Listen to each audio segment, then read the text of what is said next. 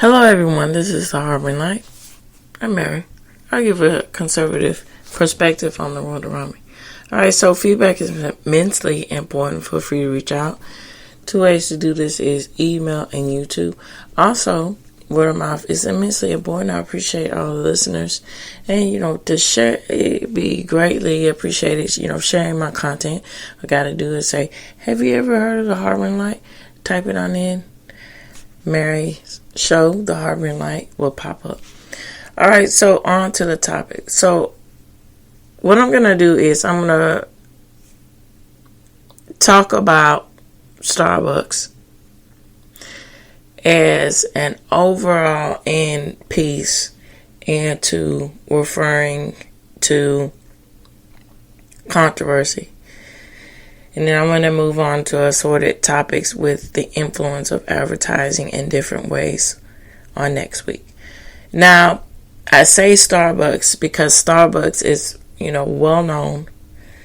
And also, Starbucks is pretty much had a lot of influence on culture in the aspects of is concrete and is very tangible how Starbucks was in the midst of changing and getting people, quote unquote, more socially aware about issues where it doesn't need to be there. With that said, let's get in depth onto this subject. Here we go.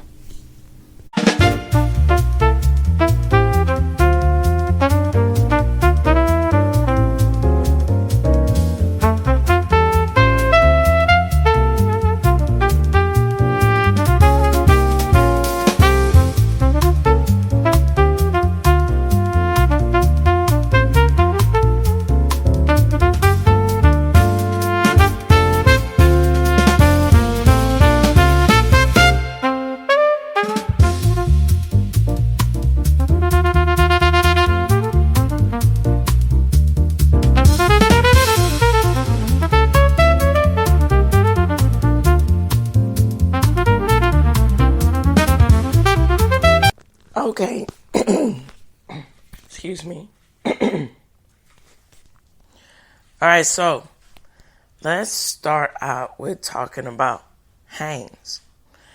Now, I started this series by talking about Hanes and the aspects of how particular brands, resonate in your mind because there is something that's rememberable about it. That was my original intention.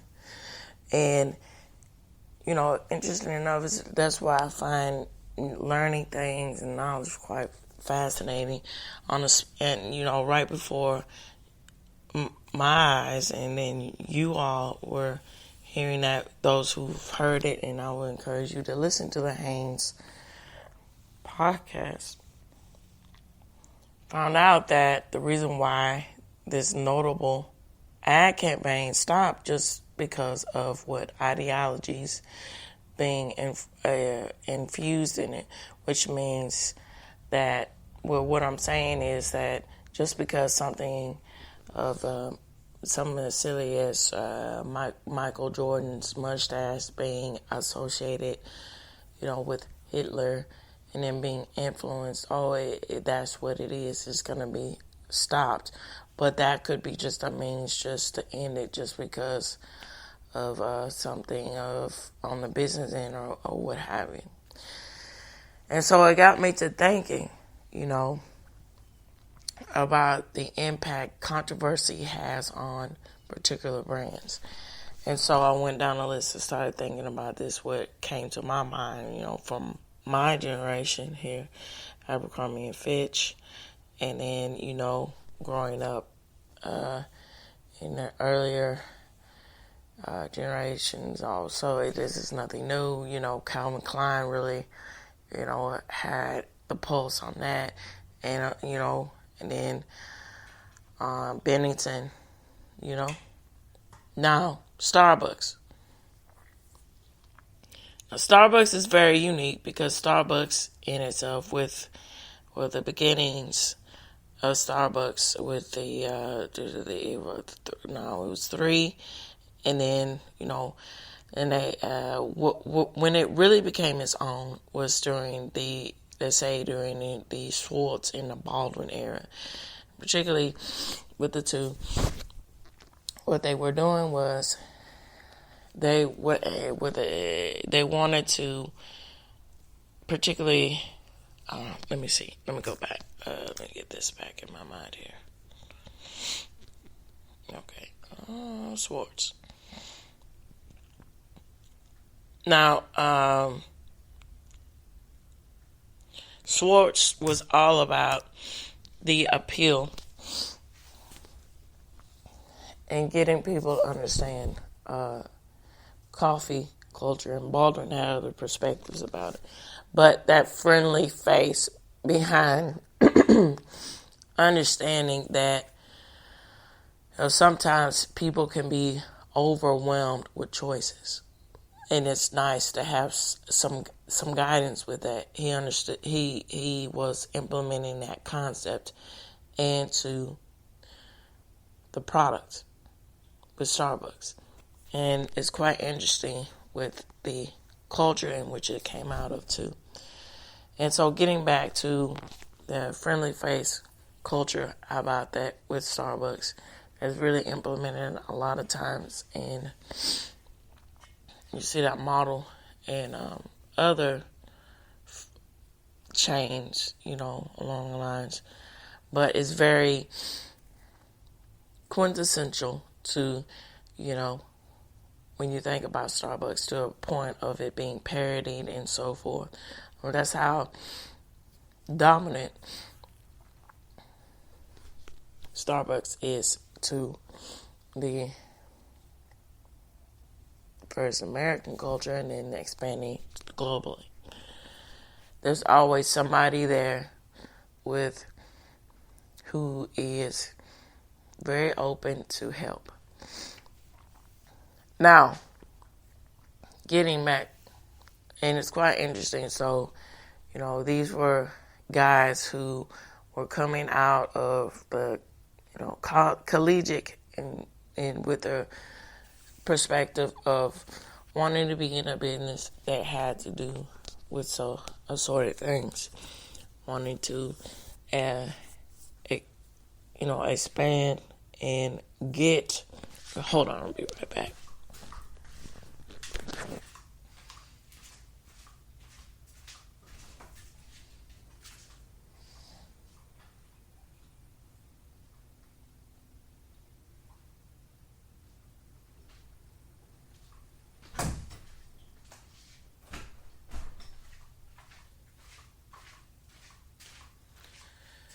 Okay. Wanting to expand and bring this idea of how coffee and coffee houses are really the places to cultivate an image and culture, because world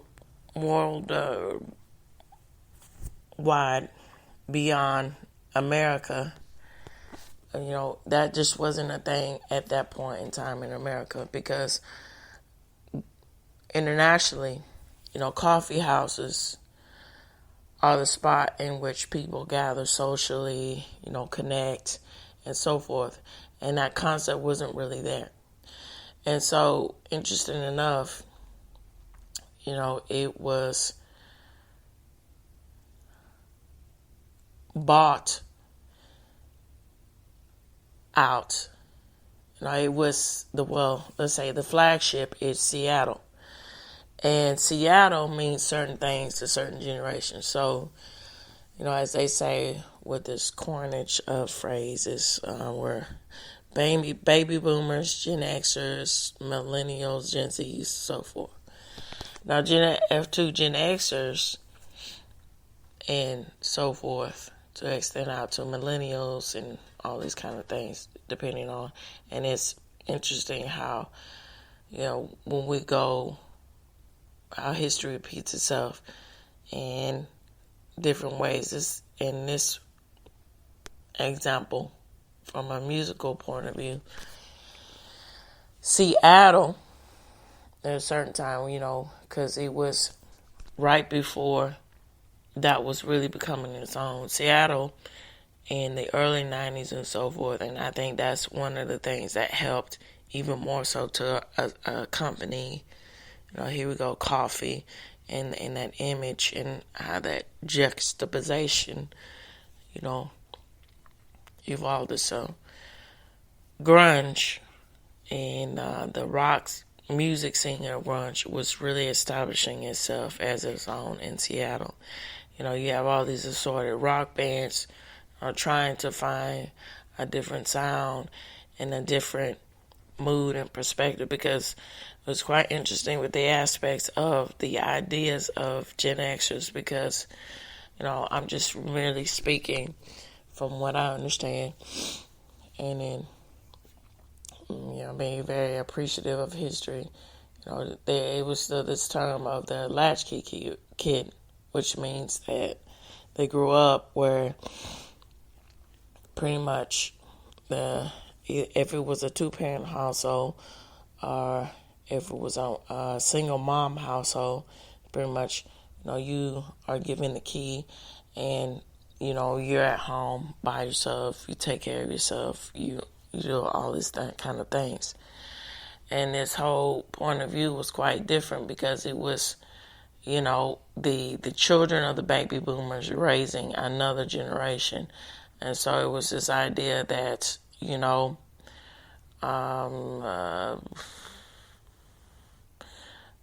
maybe this sort of pie in the sky lifestyle isn't as lucrative.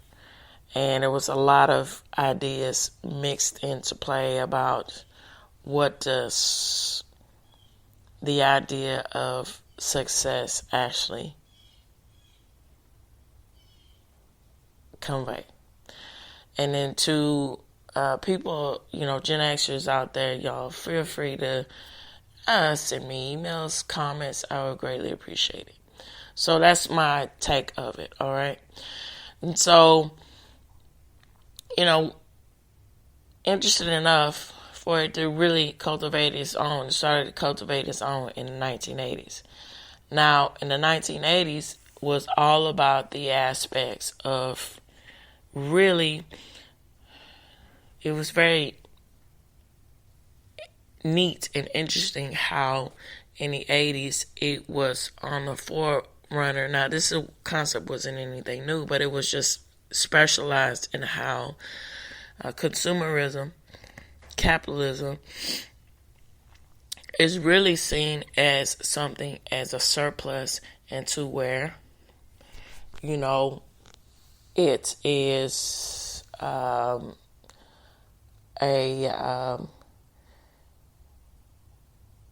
experience, right? And that's how I can describe it.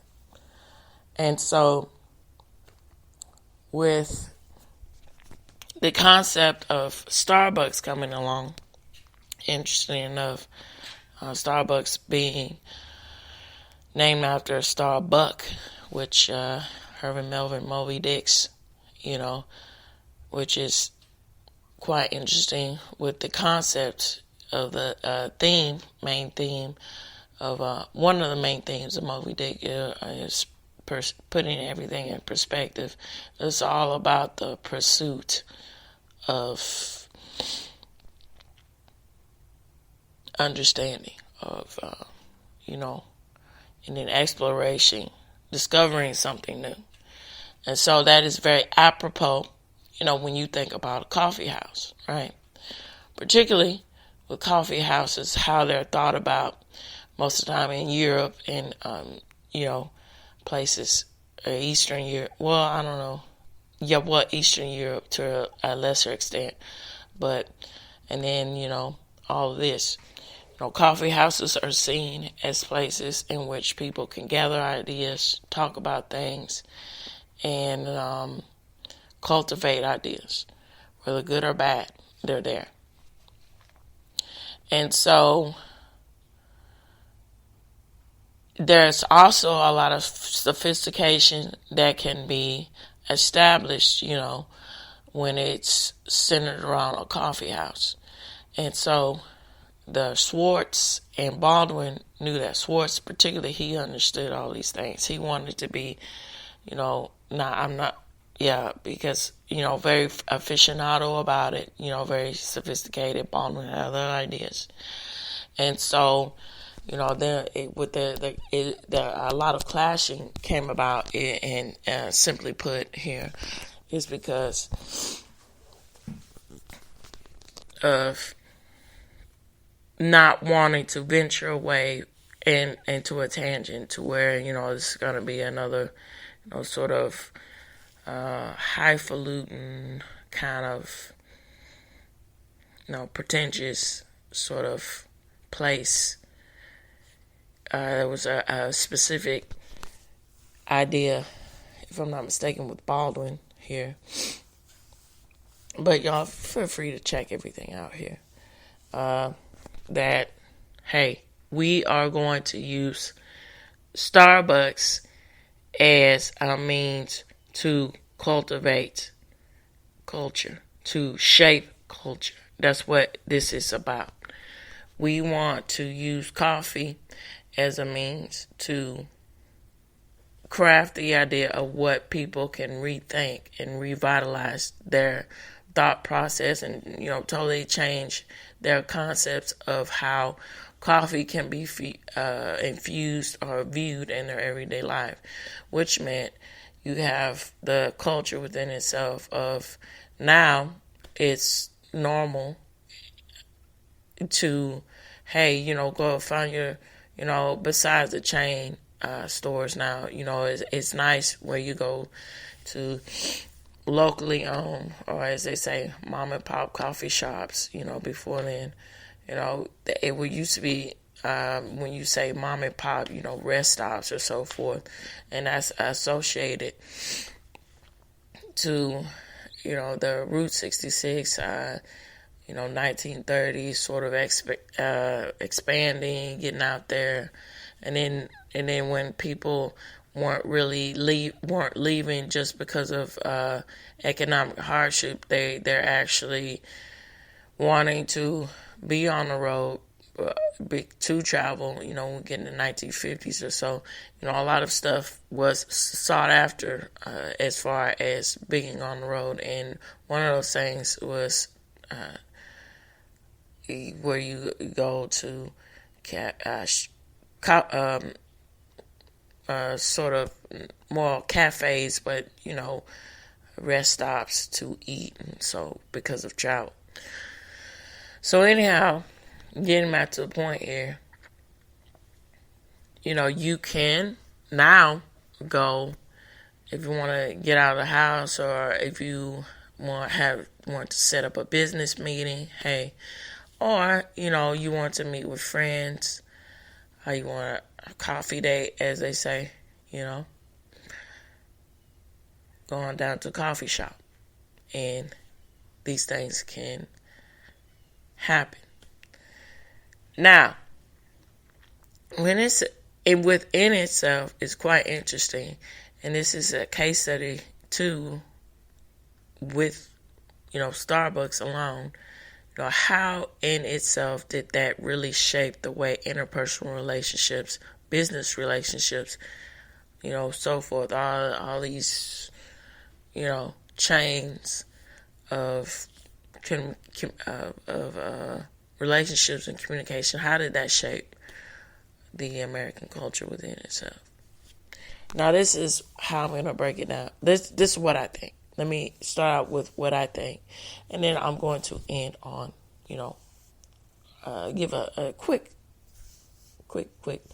summary, about the facts, get back into more facts about the different CEOs, and then everything. All right, so as I say, I think that, from my conservative point of view, capitalism is great. The free market is great. Why? It's because in itself, choices are there without, you know, the option of otherwise, and that's why the aspects of how they want to, paint this, which you really got to put your eye on and look at, how it's being painted when you get into the business of somebody saying, oh, communism is good. Oh, yeah? Is that good? Is it really good when you just have one person controlling everything, one ideology controlling everything for the masses? That's not really constructive for being a free thinking, being evolving, educated. You're forced in a perspective that's not your own. You don't. I mean, in your heart of heart, who would want to live like that if you don't have to? You just wouldn't. That's for one. And see, I find it quite interesting because, people like this who say these things, unfortunately, a lot of times they work in Starbucks with the whole idea of before the changes that we see now, and then before it got way out of control, it was subtly getting there, and then it just really blew to where, if you are, it started out as social justice warrior, now it's woke and whatever. If you are that kind of, have that kind of thinking, you must work at Starbucks, which in itself became a running joke too. And so, people like this, they say that they want, they're intolerant, they want, inclusivity and all these kind of things. But at the same time, it's contradictory because you say, you support these ideas with,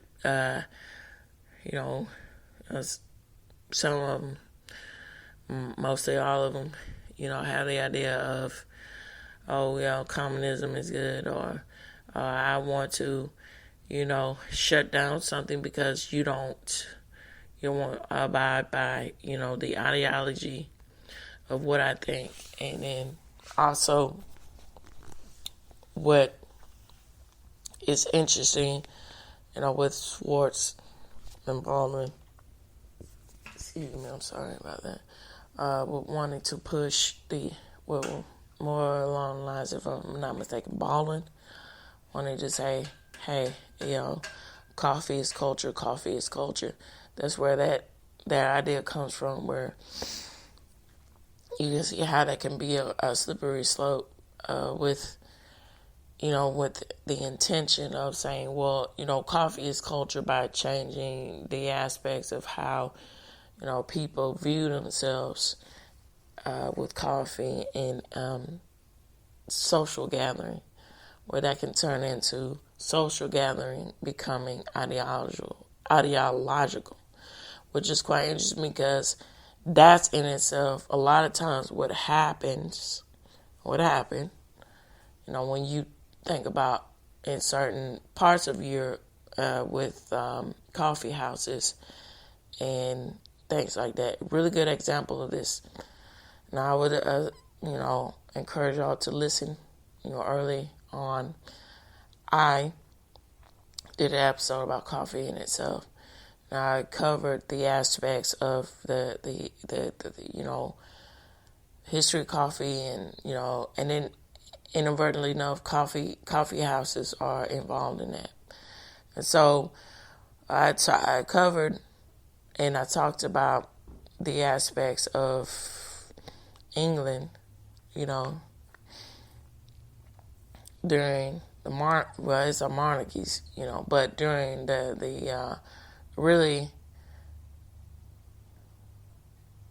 turbulent and just outright and right, just the problems with a monarchy. And you can see how George Washington, all the founding fathers, just always founding fathers said it's time to get out of here. Let's go. Let's find a new place. Let's find America. Let's start our own stuff. This is getting out of control. No way. How the concept of tyranny is really true, because in their time with, with King George and all of these kind of things, and everything else with that, speech was really being silenced, to where people would, with their aspects, they understood that the British monarchy understood that, the reasons why people gather in coffee shops is to engage socially. And when you are engaging socially, that just comes quite natural for your ideologies to come out, where it be political and so forth. It's just quite natural for that to be the breeding ground for it. And so they knew that, so they suppressed it. They said, hey, with these concepts, I'm watching you, with, the tyranny of control, right? Now, why do I bring this up? If you're not careful, these concepts can be leaked in where they do not belong. Now, this country, and that's why it's very important to know and respect and uphold your American history, and understand your rights. Particularly in this case, what I'm leaning towards here is the rights of the amendments, to protect it, to understand it, and not be, have this kind of surface level, superficial kind of attitude towards it. Because if you do, a lot of things can happen where it should not be. Why do I bring this up? Now, the way in which is ludicrous for, baristas to think that, forming a labor union is normal when, hold on, my baby. I'll be right back. What, honey? Okay, just a minute. I'm almost done, okay? Alright, so it's ludicrous to say a labor union should be formed when, get over yourself. All you do is just make beverages. That's not something to form sustainable. It's not real. It's just not common sense. It's not sustainable to form a union over that. A labor union over that. And then labor unions in itself is very problematic, because that in itself is where corruption is really, if you're not careful, it can really just be there. It can really, be enticing to where people just do that. And so, cultivating ideologies. Now, all these concepts really come together when we think about Starbucks, particularly the ideas of, when we get to this concept of gay pride, great Gay Pride Month. This was not a thing when my husband and I were growing up. Like, it was some fringe thing that you would hear, but you wouldn't, It wouldn't be like something that on TV. Hey, look at how, look at it from this point of view for people who try to still push this idea.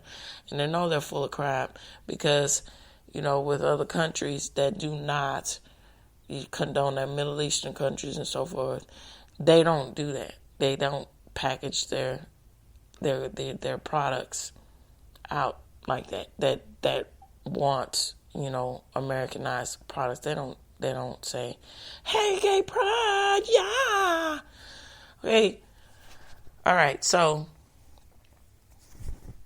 why would you think that it's normal, to celebrate that's your personality, your sexuality? That's bizarre. You are saying in itself that that is deviant. And you were saying in yourself that is something that's okay. That's very deviant behavior to, involve yourself in, and it's very questionable. And then like a normal person would look at you and say, "What the f?" If you know what I'm saying. It was just like, what's wrong with you? Why would you? It's just like if we have a straight week or straight month or whatever. Let me tell you how I nailed this guy like this, or let me tell you how I nailed this girl like this. Why? No, you don't want that to be part of your personality. It's gross. Come on, really? Let's get and see when you make your family coming in the store, for a treat, or somebody's business meeting, or somebody just wants to wind down from something, whether it be work or whether working out, which I don't know if you want to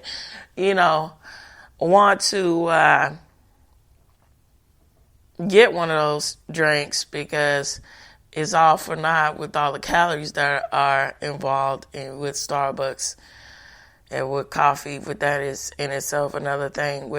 It's not what it was originally was. Where sought after it was actually artisan blended. When it just went downhill and slippery slope, it's just not. It's just sugary mess, which in itself is a question to: is it actually worth the money? And if this is actually a quality product, if you feel the need to put sugar in it, because that's a rule of thumb. If you are eating products that is laced with sugar, highly laced with sugar, and so forth, and there's no natural flavor, there's no sort of savory at the midst of what you're having beyond dessert, then that's an issue. It's not, the product quality isn't really there.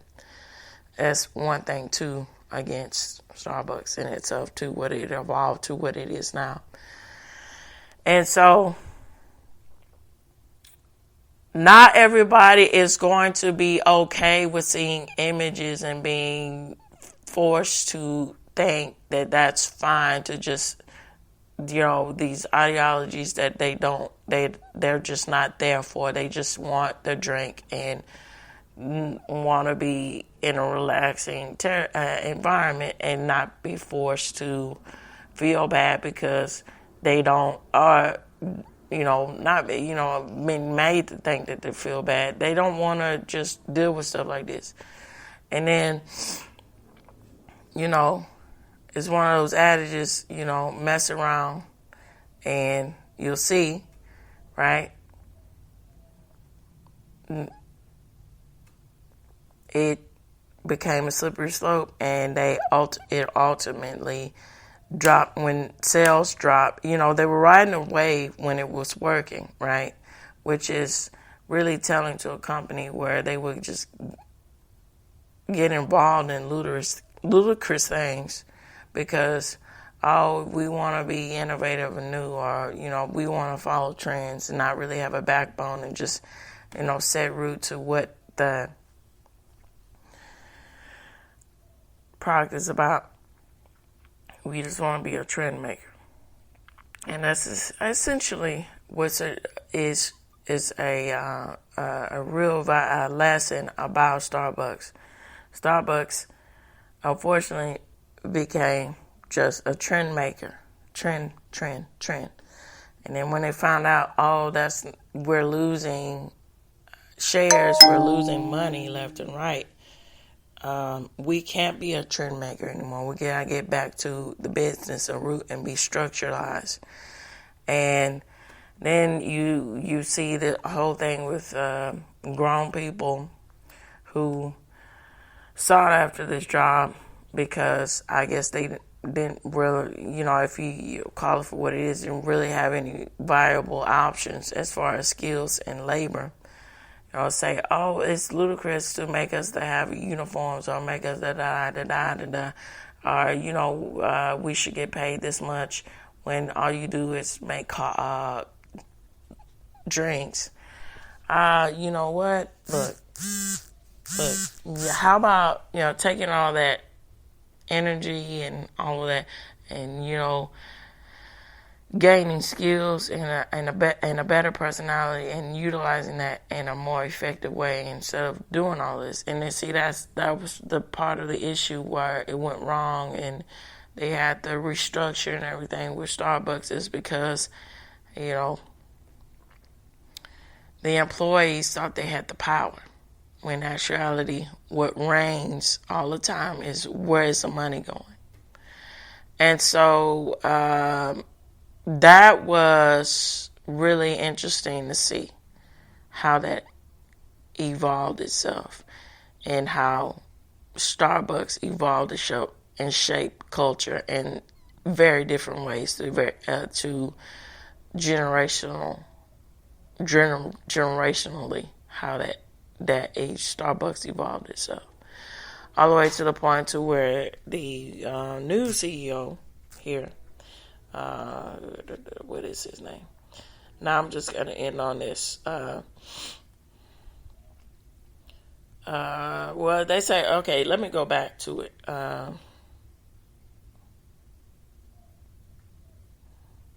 What's his name? I just saw it. Hold on. Just a minute. No. All right. Brian Nickel. Okay, so he former CEO of Chipotle. All right. So now before Nickel and everything was Schwartz.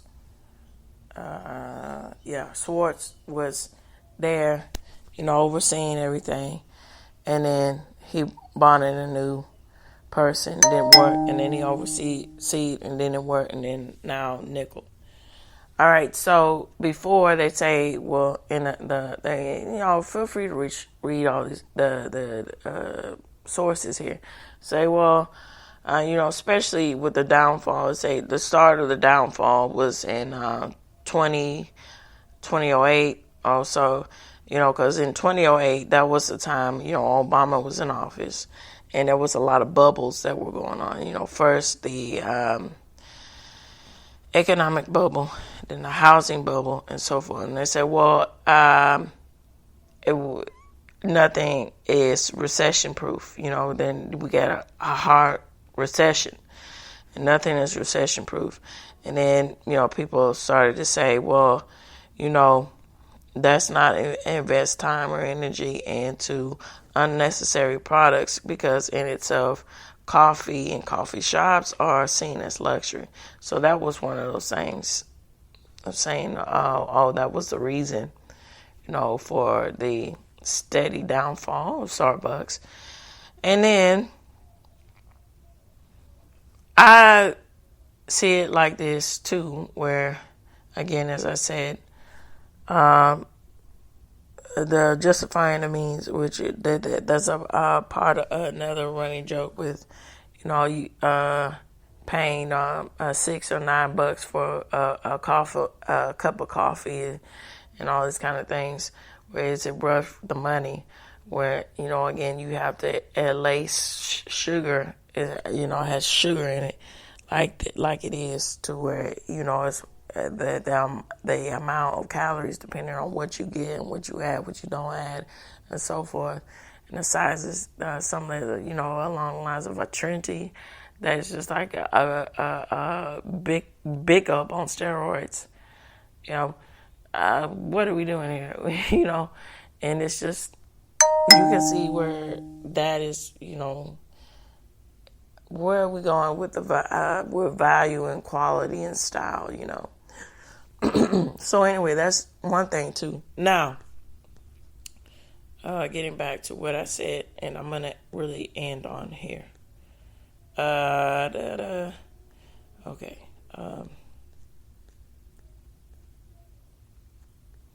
And also with the practices that sustainability, they say this, but is it really sustainability with where they get their coffee beans and so forth? It's not what it used to be and everything. So, but Brian Nickel, he has been a part of reinventing, scaling down, firing, laying off, stopping labor, and all these things. And now he is rebranding to where getting back to the ideas of which it was started, and saying, oh well, it's an experience. But that's really what he's saying with with so many words. How the PR report of picking up the pieces, but essentially that he's really getting back to basics and saying it's an experience, because that's essentially what Starbucks was in the beginning. It was just an experience, an artisan experience for people to engage in and see and cultivate, because nothing like that was really heard of or thought about in American culture at that time. And he's like, let's get back to the experience of Starbucks, of what it is and what it can be. And that's something to think about, of how brands can really shape and cultivate and make culture within itself, its own. So that reaches the end about the aspects of brands and how it can cultivate culture. I would greatly like to know what y'all think about this part of the series. Feel free to reach out to me.